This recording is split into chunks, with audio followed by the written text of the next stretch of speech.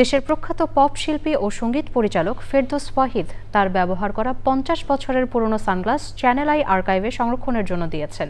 যে আর্কাইভে আছে মহানায়ক উত্তম কুমারের চা খাওয়া পেয়ালা, সত্যজিৎ রায়ের ব্যবহার করা সামগ্রী, হুমায়ূন আহমেদের চায়ের মগ, ম্যারাডোনার স্বাক্ষর করা মগ এবং শত বছরের পুরনো বই। সোমবার দুপুরে চ্যানেল আই কার্যালয়ে প্রতিষ্ঠানের ব্যবস্থাপনা পরিচালক ফরিদুর রেজা সাগরের কাছে 1976 সাল থেকে ব্যবহার করা এই সানগ্লাসটি লিখিতভাবে হস্তান্তর করেন ফেরদৌস ওয়াহিদ।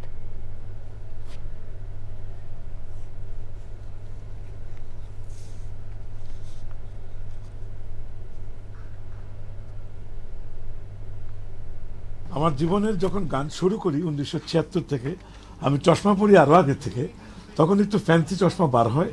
আমি এটা একটু খুব শখ করে কিনি। এটা দিয়ে বহু টিভি প্রোগ্রাম, বহু স্টেজ শো করলাম 96 পর্যন্ত, এবং এটা আমার কাছে রেখে দিয়েছিলাম আমি। তো হঠাৎ আমি আপনার এখানে আলমারিতে দেখলাম অনেক পুরনো জিনিসপত্র। আপনাকে আমি জানি আপনি একেবারে গ্রাস লেভেল থেকে আর্টিস্ট উঠিয়ে এনেছেন, আমাকে আপনি ডিরেক্টর বানিয়েছেন নাটকের, সিনেমার। এই জিনিসটা আমার মনে হলো যে আপনার কাছে দিলে থেকে যাবে, আমার কাছে একসময় হয়তো হারিয়ে যাবে। তাই আমি খুব মনের এই আমার আত্মার তাগিদ আপনার কাছে এটা নিয়ে এসেছি, আপনি এটা রাখবেন। অনেক ধন্যবাদ ফেরদৌস। আসলে আমাকে না, চ্যানেল আই আর্কাইভকে আপনি এটা দিলেন। হ্যাঁ, চ্যানেল আর্কাইভে অনেকের অনেক জিনিস রয়েছে, তার সাথে আজকে নতুন যুক্ত হলো এটা।